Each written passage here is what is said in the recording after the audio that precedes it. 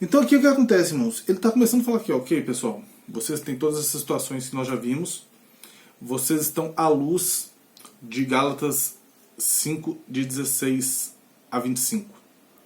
E tem algumas coisinhas que eu quero falar, algumas consequências de viver no Espírito que eu quero tratar com vocês.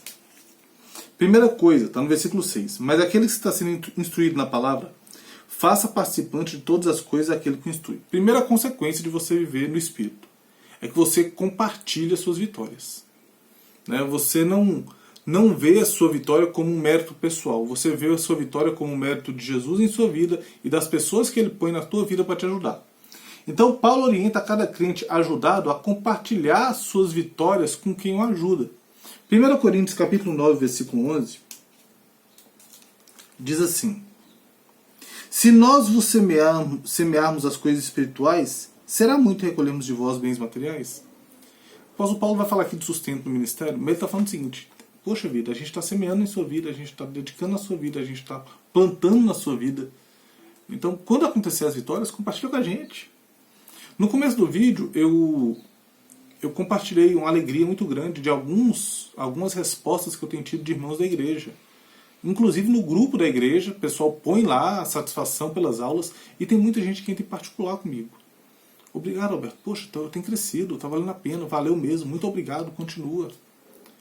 Eu tenho visto coisas que eu não tinha visto, eu tenho pensado textos bíblicos como eu não tinha pensado. Isso aquece meu coração, isso me alegra, isso me deixa feliz. Assim como, com certeza, irmãos, quando você chegar para o pastor e falar assim: pastor, essa série de mensagens que o senhor está fazendo aí, essas mensagens que o senhor tem pregado, por exemplo, que tem acontecido agora sobre frieza espiritual, isso tem me feito rever minha vida e reorganizar várias questões da minha vida. Isso vai alegrar o coração do pastor. Você está compartilhando as coisas boas com aquele que está te instruindo. Quando você leva um pedido de oração para o grupo de oração da igreja, e aí o Marinho pega e conduz o pessoal a orar, e você tem uma resposta dessa oração, chega para o Marinho: ô irmão, aquela oração de terça-feira lá, Deus respondeu, glória a Deus, Deus abençoou e deu resposta naquela questão. Isso vai aquecer o coração dele, isso incentiva aqueles que estão te conduzindo. Mas aquele que está sendo instruído na palavra, faça participante de todas as coisas boas aquele que o instrui. Hebreus capítulo 13,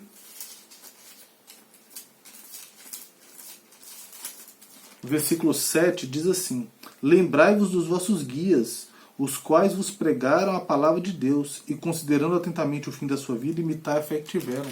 Lembra da pessoa que está te ajudando, lembra da pessoa que está te conduzindo. E o versículo 17 de Hebreus 13 diz: obedecei os vossos guias e sede submissos para com eles, pois velam por vossa alma. Seja submisso à pessoa que está te ajudando. Obedeça as orientações da pessoa que está te ajudando, que está te ajudando a levar sua carga, enquanto ele tem que levar o fardo dele. Eu tenho meus fardos, eu tenho minhas dificuldades. Quando eu me disponho a ajudar alguém, o mínimo que eu espero é que a pessoa entenda que eu estou me dispondo a ajudá-la, e eu queria que ela pelo menos obedecesse, pelo menos submetesse aos conselhos que eu estou dando. Pois velam por vossa alma, como quem deve prestar contas, para que façam isso com alegria e não gemendo, porque isso não aproveita a vós outros. Compartilhe as alegrias, aceite os conselhos, passa pelo crivo da Escritura, faça o que as pessoas estão falando para que você seja feliz, para que você caminhe com Jesus. Compartilhe os seus avanços e as suas vitórias, o teu crescimento numa vida no Espírito com seus pastores e líderes. Versículo 7. Não vos enganeis, de Deus não se zomba, pois aquilo que come semear, isso também se fará. Após falar de viver no Espírito, mortificar a carne e amar, Paulo é direto ao falar que as ações na vida têm consequências. Então o apóstolo Paulo falou o seguinte: vocês têm que viver no Espírito, vocês têm que mortificar a carne, diminuir as obras da carne, aumenta os frutos do Espírito. Vocês têm que amar o outro, cheios do Espírito, viver uma vida comum de igreja, ajudando cada um a carregar seu fardo, sendo efetivamente ministradores e ministros de graça na vida das pessoas que estão ao teu redor na igreja. Mas e se você não fazer isso, se você não vive dessa forma, vai ter consequência. Não vos enganeis, de Deus não se zomba. Não adianta você falar que é crente e não dá fruto do Espírito. Não adianta você falar que é crente e não amar as pessoas. Não adianta você falar que é crente e não se submeter às pessoas que te ajudam, que te orientam, seus líderes, seus pastores.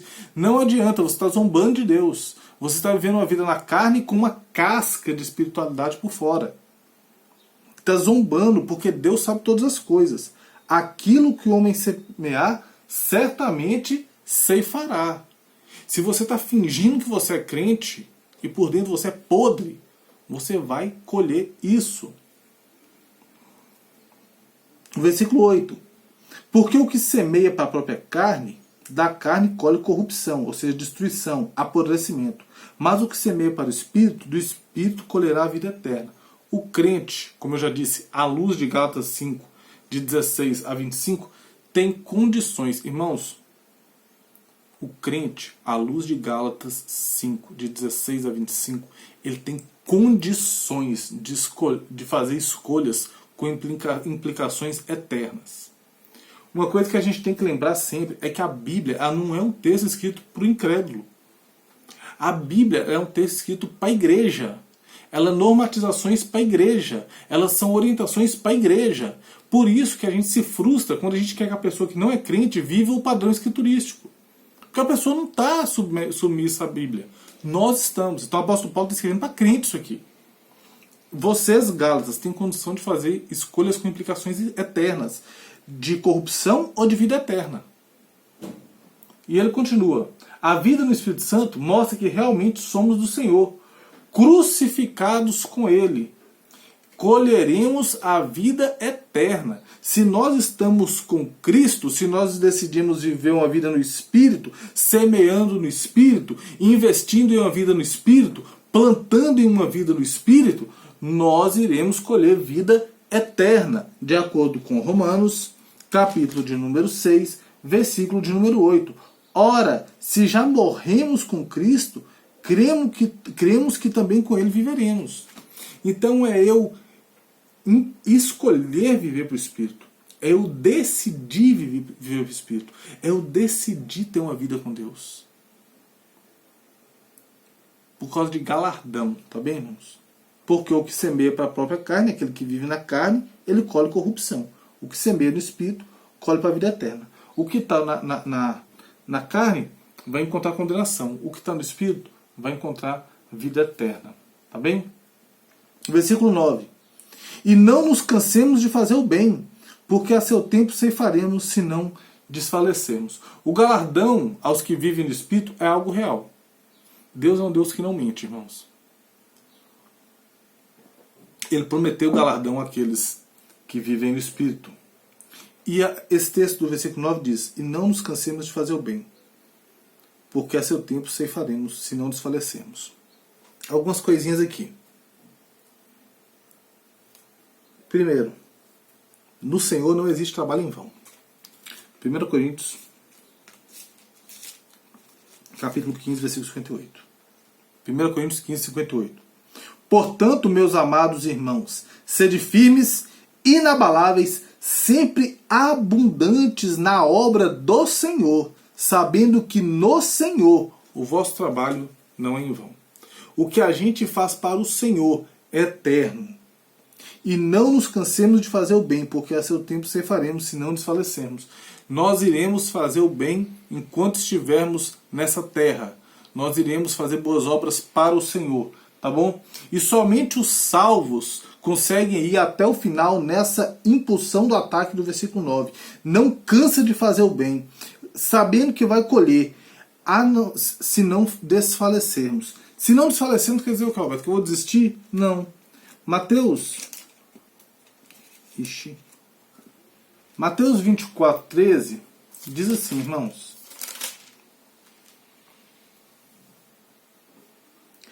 Aquele, porém, que perseverar até o fim, esse será salvo.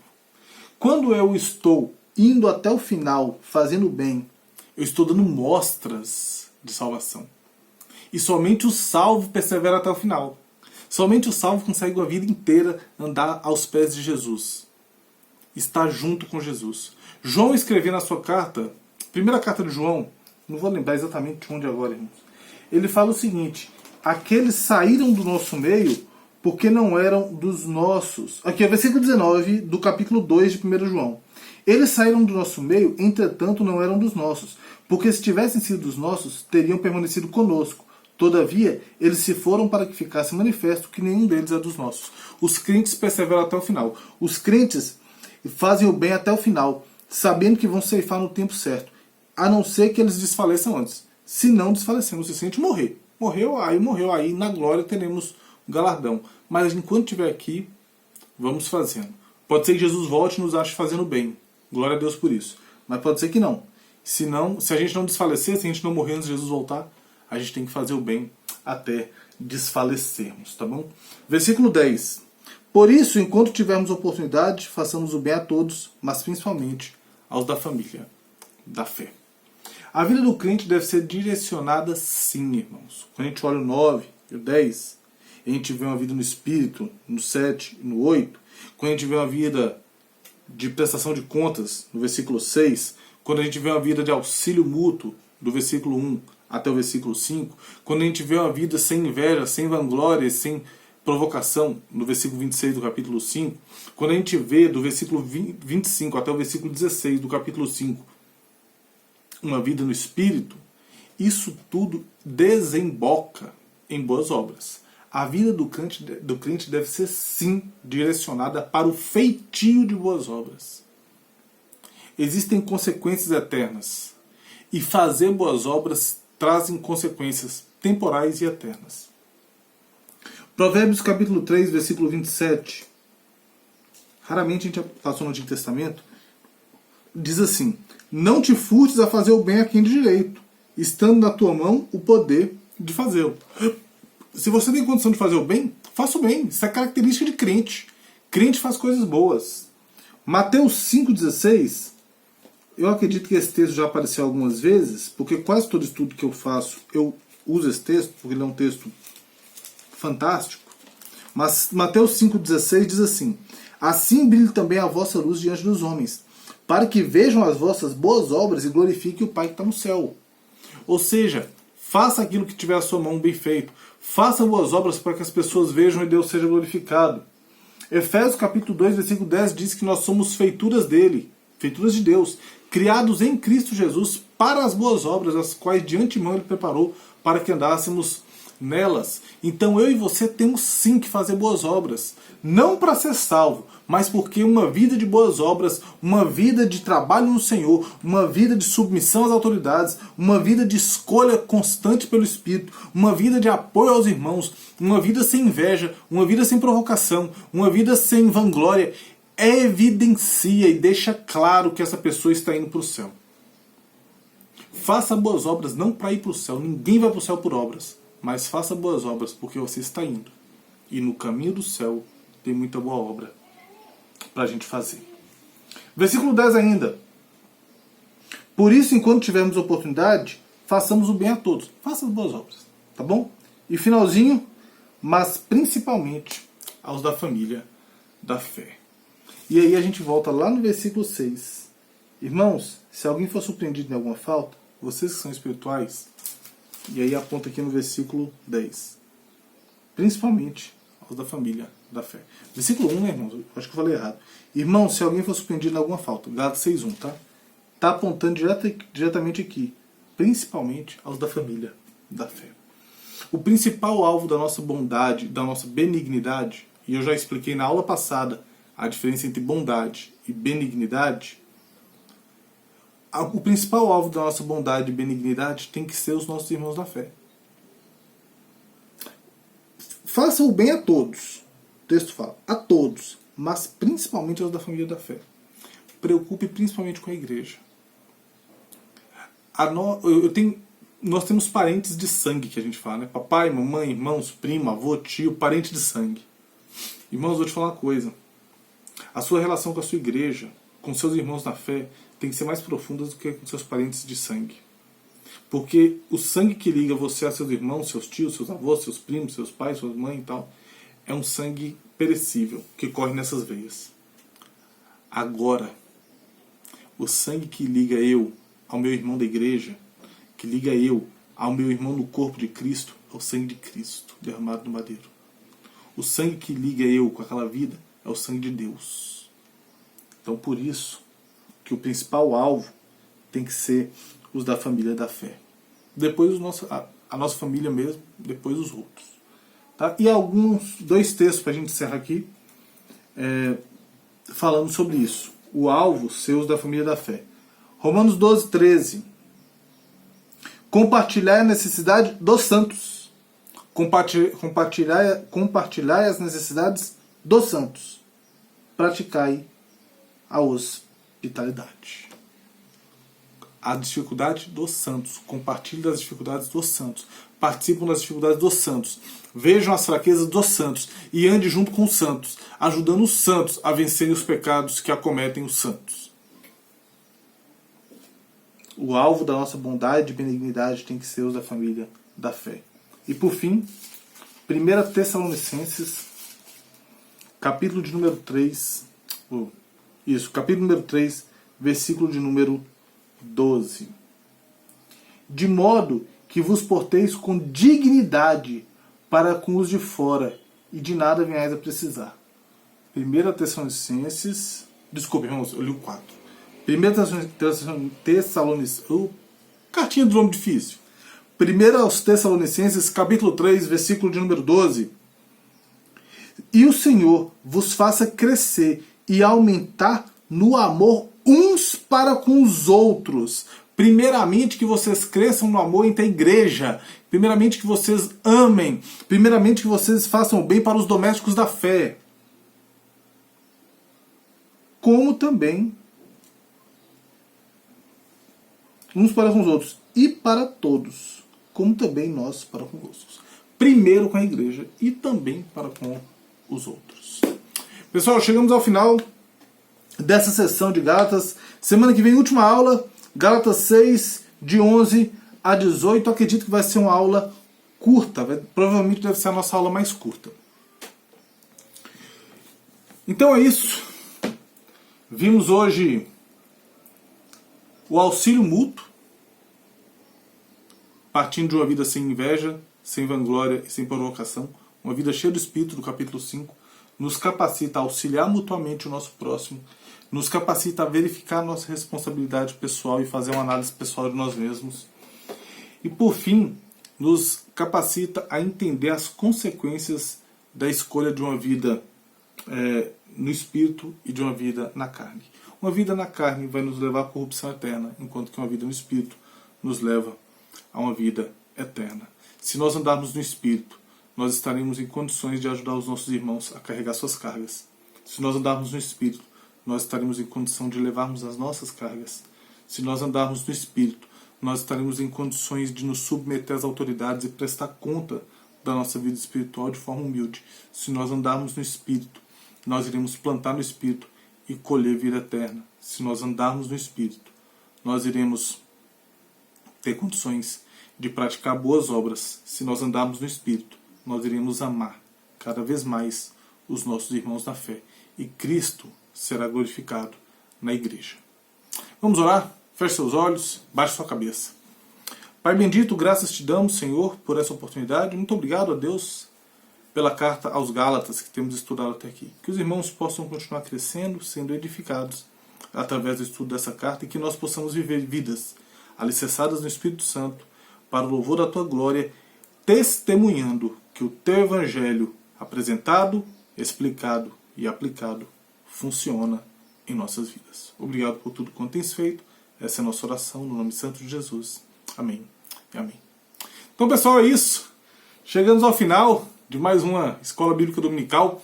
Que Deus te abençoe, que Deus te guarde, que Deus te proteja, que Deus te dê crescimento espiritual, que Deus te dê crescimento no conhecimento da palavra dele, que Deus te dê conhecimento na oração, que Deus te faça frutificar abundantemente para o louvor, honra e glória do nome dele. Muito obrigado pela tua atenção, muito obrigado pela sua companhia e até o próximo encontro aqui na Escola Bíblica Dominical, no canal da Igreja Batista da Vila Guilhermina. Tchau, tchau!